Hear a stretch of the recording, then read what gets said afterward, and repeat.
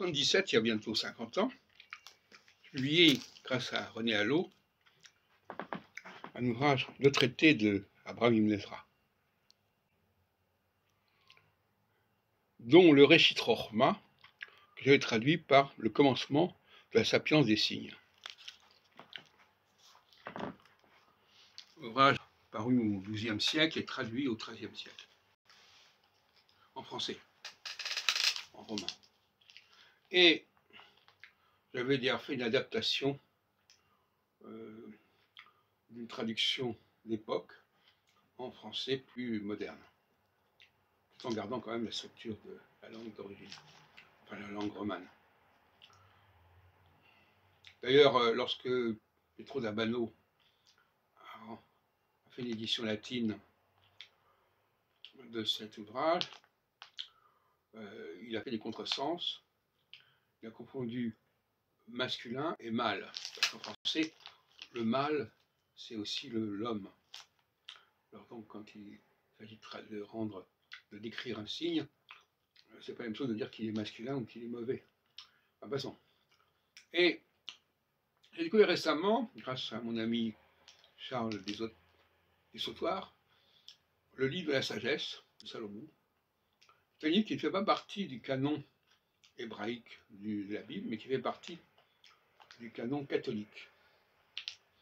Et j'ai montré récemment que ce livre de la sagesse était tout à fait en rapport avec l'astrologie, et notamment en rapport avec le chapitre 1er de la Genèse, de façon beaucoup plus frappante que dans d'autres textes que j'avais connus jusqu'à présent.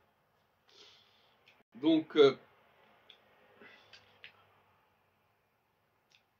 le livre de la sagesse, qui est hors canon, qui est deutéro-canonique, comme on dit,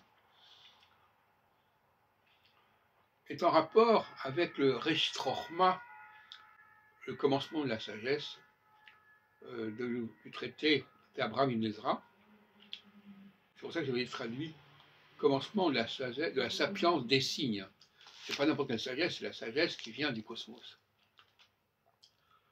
Donc, voyez-vous, à 50 ans d'intervalle, les choses tournent en boucle, et désormais, effectivement, ce livre, ce Réchit Chochma, on mettrait entre parenthèses que Réchit, c'est un des premiers mots de la Genèse. On dit Bereshit bara Elohim, enfin le commencement de la sapience, le commencement de la sagesse, c'est indissociable de l'astrologie. Et c'est pourquoi on peut se demander pourquoi ce texte a été, le livre de la sagesse de Salomon, comme on dit, a été mis à l'écart du canon judaïque, mais aussi protestant. C'est qu'il se réfère de manière trop explicite à l'astrologie. À mon avis, c'est une raison de son exclusion, c'est qu'il renforce plus que tout autre texte l'importance qu'on peut accorder dans la théologie biblique.